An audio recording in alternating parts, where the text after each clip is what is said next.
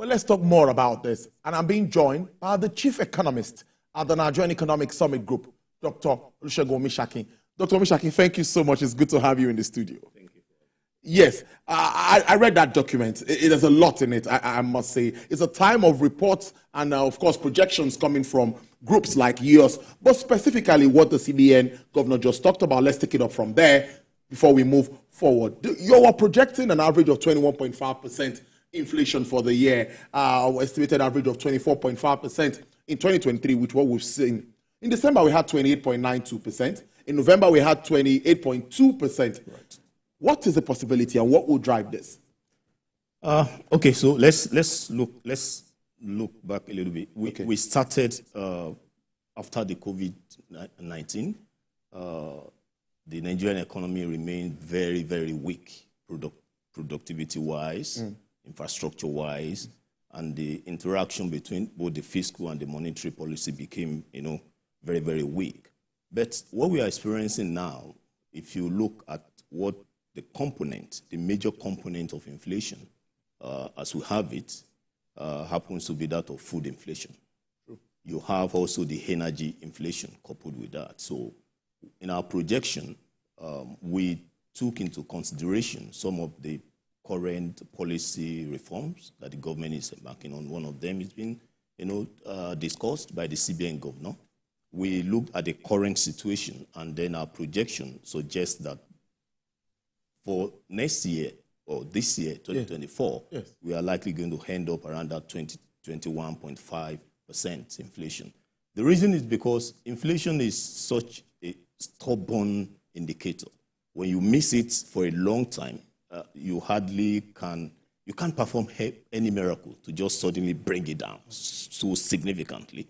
But the beauty of it is that we can monitor what is causing the most stubborn part of it, which is inflation. Which is food. And so the governor talked about easing that environment, embarking on the more productivity for agri-related products, and also making sure that most of the structural bottlenecks that we experiencing before are taken care of. So we may not be able to come out of it so suddenly, but I think this year for us is a year of stabilization. Every policy reform and agenda should be focused on how do we make sure that major indicators, macro indicators are connected together in such a way that they are more focused on increasing our productivity, enhancing inclusive growth, and then we can have some of those other indicators taking a good shape. The services sector also will remain the economic driver in that document, while the anticipated rebound in the oil sector would push stronger rates for GDP in 2024. Yeah. Can you tell us more about what is expected in the services space? Yeah, currently you see services for some time anyways. The service sector has been the key driver of growth in Nigeria. So the agri sector that we used to depend on now is going off the road. Yeah. I think we agri grew by 0.6% or so. The oil and gas sector is still in recession, so to say, though we notice a little bit of improvement because of the oil price and the improved productivity in that space. But we still note the significant contribution and importance of service sector in driving growth this year. Well, when we talk about how inclusive this growth might be, then the question is, service sector may not be able to drive the inclusive part of the growth, but we are already weak. We need to be strong. We need to strengthen the service sector for now to keep championing the growth. But we want to see stabilization being strengthened, in a way that service sector might not necessarily be the driver of growth. We have our agri sector. We have our manufacturing sector. These are sectors that will take care of other issues in the economy, job provision, enhancing inclusiveness. And so we call these sectors impact sectors or growth drivers. Currently, most of our growth drivers are not impact sectors. They lead growth, but they don't really have such a huge impact on our social economic space. We are doing badly with respect to unemployment. We are not doing fine in terms of food production and so many things. So we need agri. We need manufacturing. We need these sectors to be part of the drivers, not the draggers, not the stagnators. We have a lot of sectors now who are simply dragging the Nigerian economy. They are growing by 0.1, 0.2. In fact, their contribution to aggregate growth, some of them are zero. So these are the sectors that stabilization agenda should focus on, not just aiming to grow, but also to grow meaningfully. And meaningful growth here speaks to growth with impacts. So, and what do we mean by impacts? You are growing, yes, you need to grow, but how much of your growth is leading to strengthening the Nigerian economy productive base? And that is why we think agriculture should lead, really. But if we, according to our report, we have given the maximum time of 2 years for the stabilization period, and this also depends on the efficiency or the capacity of the reforms, to achieve this. We can do that quicker. We can get to that stabilization this year if we are really serious with that. But the longer it takes us, the more the growth drivers and other fundamentals of the economy will begin to lose, give up, and then we might continue in this space for years to come. But we hope that things will get better. Exactly where I'm headed, Dr. Omisakin.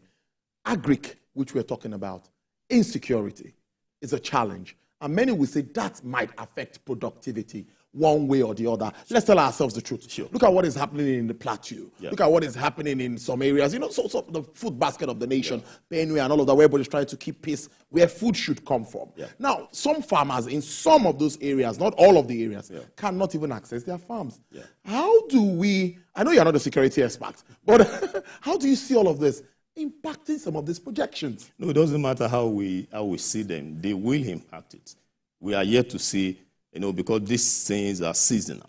We are battling with how messed up the economy was years back. If we don't take all necessary steps to strengthen the economy now, we're going to reap it. So I strongly believe that the government needs to do more.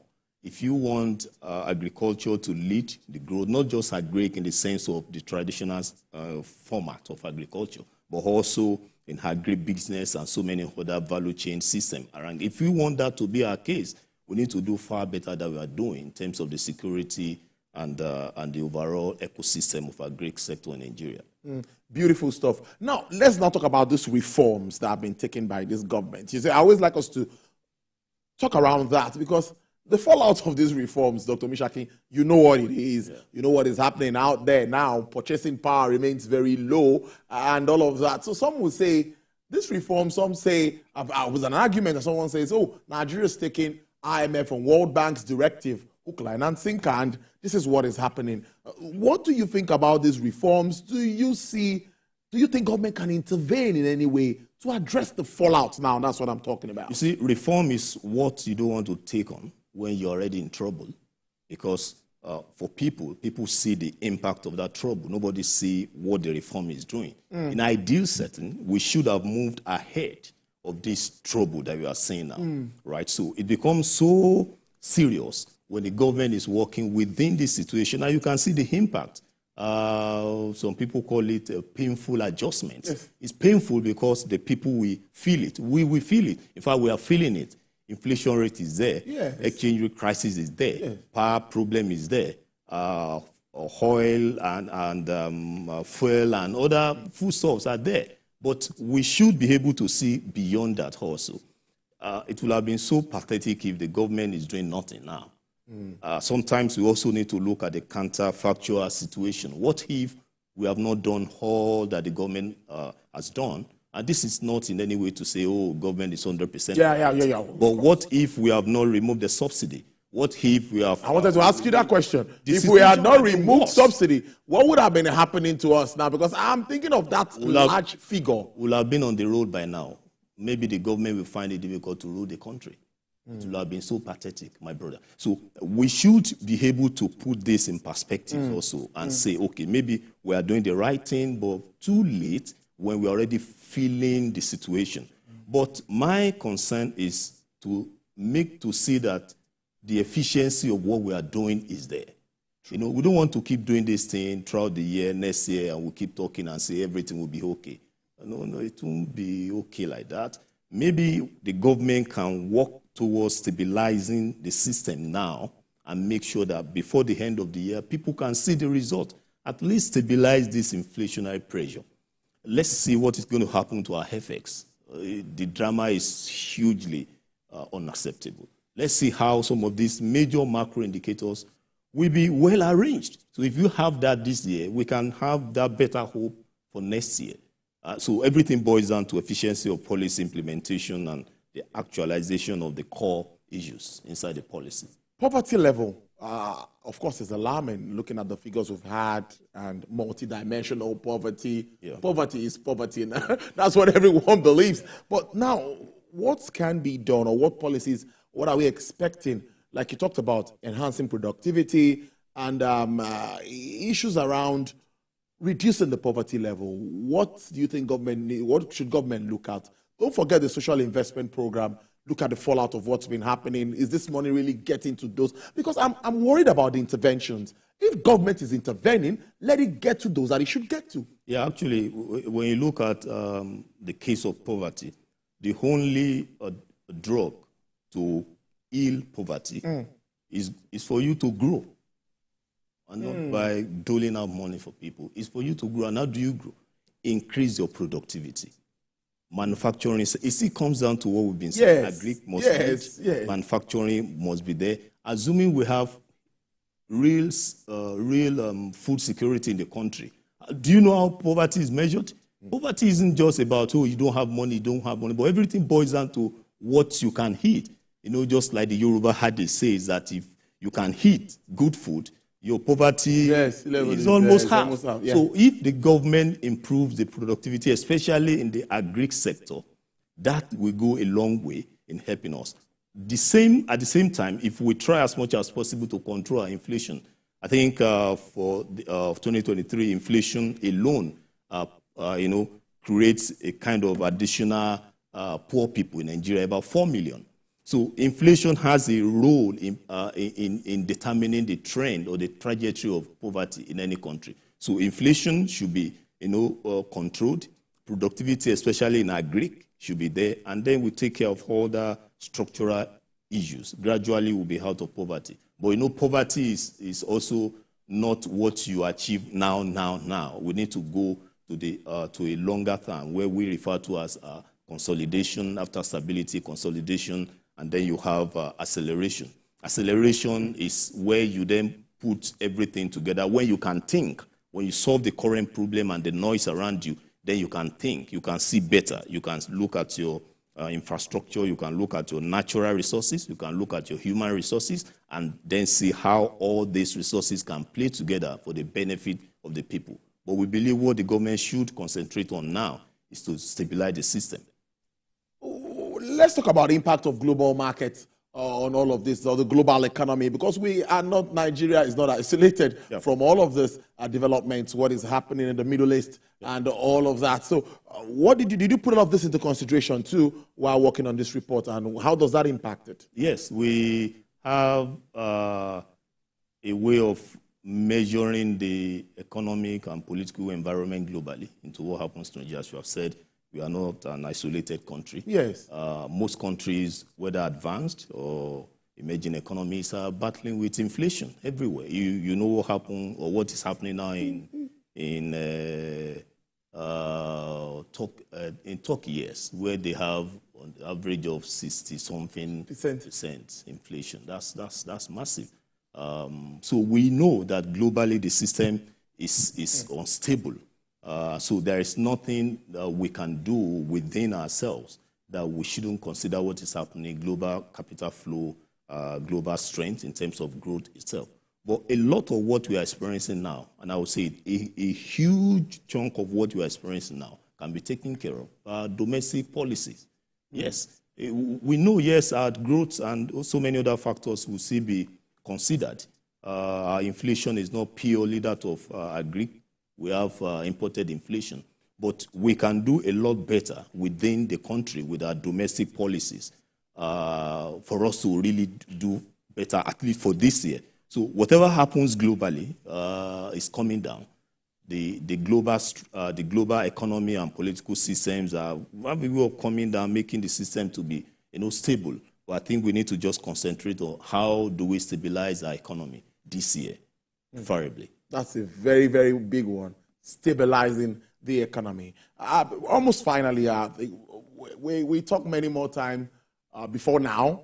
It used to be maybe more of monetary, not more from the fiscal side. And of course, economists like you would say the fiscal and the monetary side must work in tandem for us to achieve inclusive growth. What are you thinking of with this administration? Do you think we're having that handshake? And if we are not, what more needs to be done? Yeah, I can't say we are or we are not, but I think the message is clear. The current administration also came in, believing that there is a need for us, for both authorities, to work together, monetary and fiscal. You remember some of the reforms that we are experiencing now on the monetary side, yes, and even in the fiscal. So I believe the administration is getting it in terms of how things should be done. But the efficiency of the policy is what I believe would answer the question. It doesn't matter how much of the mechanism you understand, but if the policy reforms are nowhere thought out or people are not implementing it the way it should be, the result will not be that good. So I think the government understands that, and that's why you could see some of these interactions among different government agencies, especially the CBN. During our program, the CBN governor spoke extensively, yes, and that's a good sign, saying this is what we want to do, this is what we are doing, we understand what is going on. We can't say, oh, you are not doing enough, you are doing enough. Well, we have seen what they are doing. We will keep talking, at the NESG to make sure that we achieve a dream of a nation that is competitive, that is inclusive, that can boast among nations. That's our goal. And GDP is expected to grow at 3.5% in 2024. Yes. We are sure we're going to get to this point. From 2.54%, were we at the end of 2023? No, that's the first 3 quarters of yes. So, but we are projecting 3.5%. Yes, 3.5 is not. It's not really. It's not really. We should not be happy. Yes, it is doing like 6-7%. Yes. President Tinubu says double-digit growth. Exactly. So 3.5 CBN. the government, the World Bank, IMF, NESG, us. Everything is around 3.1, 3.2. Yes. It's signaling weak growth.